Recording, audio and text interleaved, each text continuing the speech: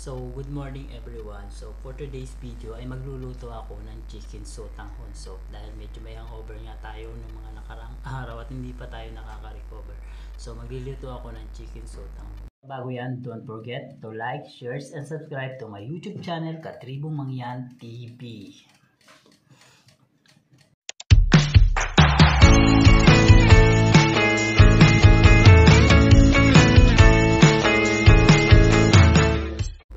So, magluluto ako ng chicken sotanghon soup. So, na-prepare ko na nga pala yung aking mga gagamitin. So, nagpanda na ako ng sibuyas, yung mga ating ingredients, luya at bawang. So, maglalagay din ako ng konting gulay. At syempre, karne. So, ito yung leftover pa namin ng mga nakaraang araw na na-stock na sa freezer. And so, para hindi naman masira, so mapakinabangan natin. And also, ito yung paborito ko rin kasi siya. Ito yung balon-baluna ng manok. So for today's video, sana magustuhan nyo ang aking gagawin.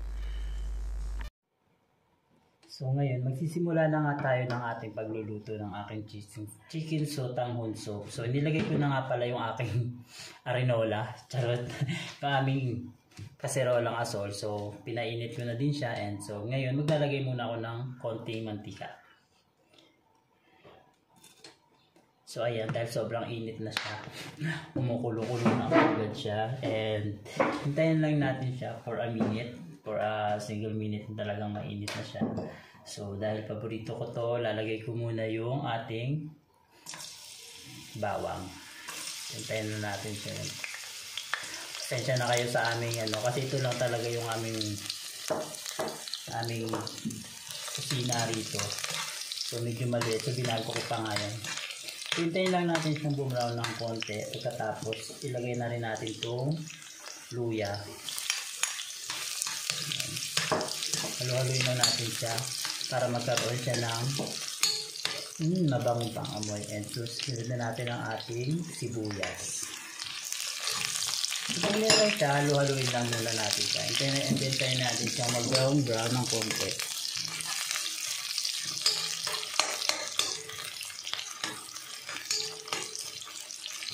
And ilagay na kapag ganyan na siya, medyo alam niyo naman, medyo luto na siya. Yung medyo, alam yung nagbabrown na lang kaunti yung sibuyas. So iba yung sibuyas dito eh. Lagay na natin tong ating chicken. Unahin ko na tong leftover chicken namin. Igisa-gisa lang natin siya.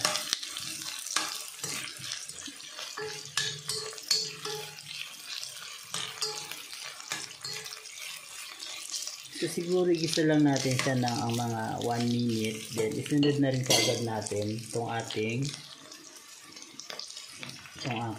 balon-baluna ng manok. Paborito ko kasi siya.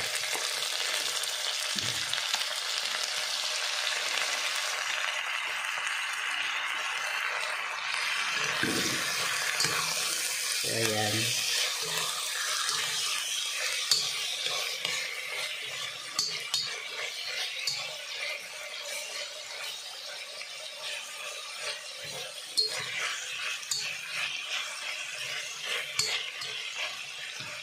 Hintayin lang natin sa paglalagay ng ganyan. So takloban muna natin siya siguro mga 2 minutes para mas mabilis siyang maluto. So pasensya na kayo, wala kaming takip kasi nabasag yung takip ng aming kaserola. So ayan, tanggalin na muna natin ang takip. Haluin muna natin ulit ng konti para maging pantay yung kanyang pagkakaluto. So syempre, lagyan na rin natin agad siya ng paminta para dumikit yung para kumapit yung amoy ng paminta at yung lasa niya. Yung pagluluto naman ito, depende naman sa inyo kung anong style yung gagawin nyo. So ako ganito lang yung style ng ginagawa ko. So parang ginigisa-gisa ko lang siya, mix na halo-halo. Gusto ko kasi lutong-luto yung ingredients bago ako maglagay ng sabaw. Parang magkaroon siya talaga para lumabas talaga yung lasa niya. So takloban lang ulit natin siya for a minute.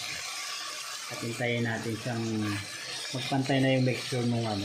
Kasi itong manok ko luto na. So hintayin na natin medyo lumambot ng kaunti or medyo mag-brownish itong ating balunan.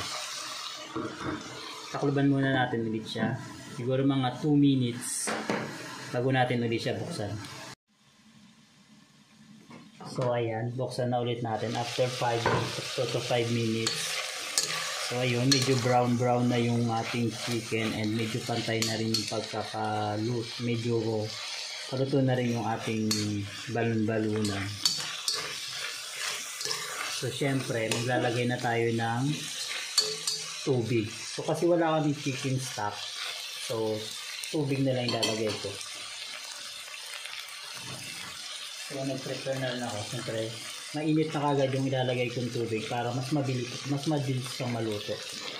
So maglagay lang tayo depende sa gusto nyo depende sa dami ng tubig na gusto nyo ilagay sa inyong chicken sotang soup. And ayan, feeling ko kulang pa to, so mag-a-add na lang ulit ako mamaya kasi yung sotang ho natin is sumisip-sip siya ng tubig. So dagdagan ko na rin kaagad.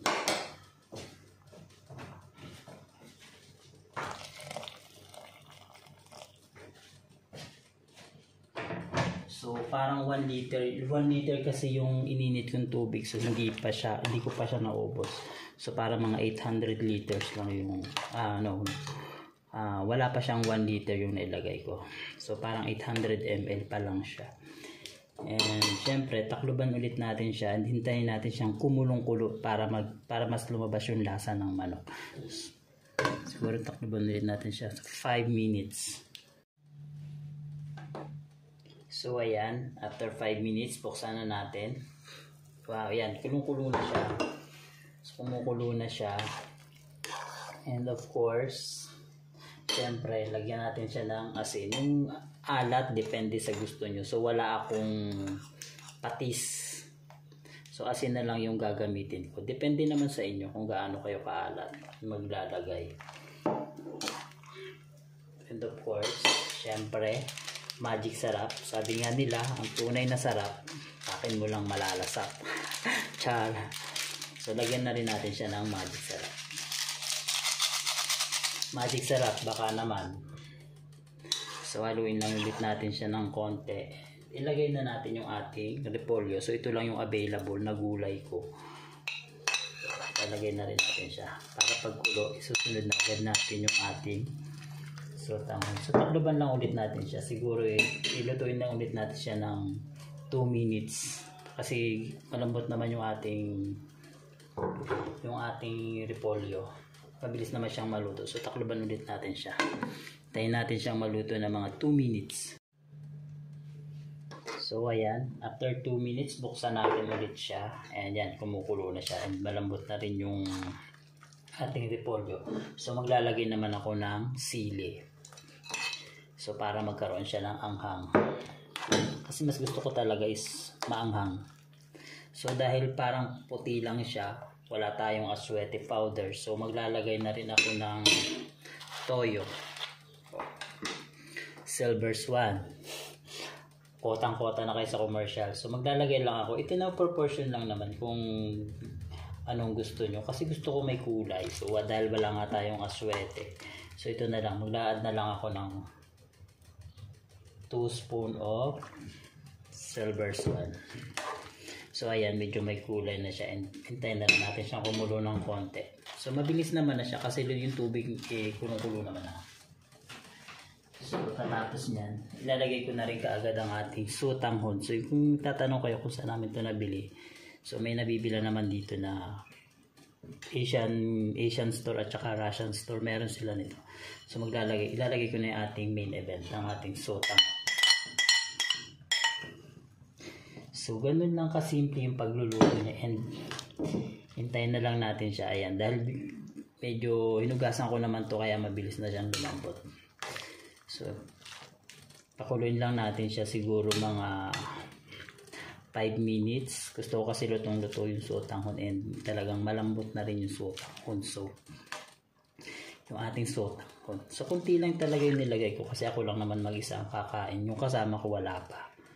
So ayan, takloban ulit natin siya, and after mga 2 minutes bago natin siya buksan.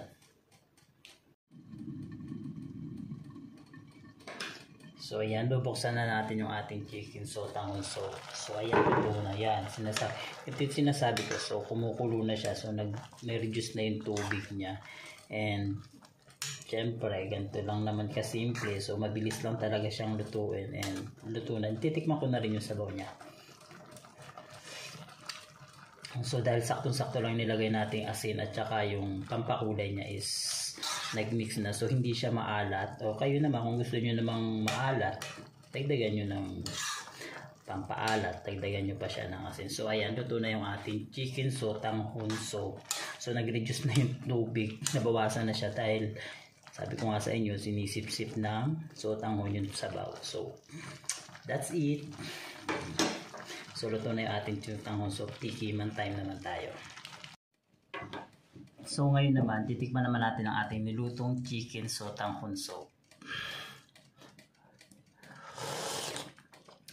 Sarap. Saktong-sakto yung lasa, yung anghang, yung alat. So nag-mix siya. Siyempre yung magic sarap. Tumikit din dun sa lasa. Isang nagpadagdag ng lasa. Lalo na yung ating luya.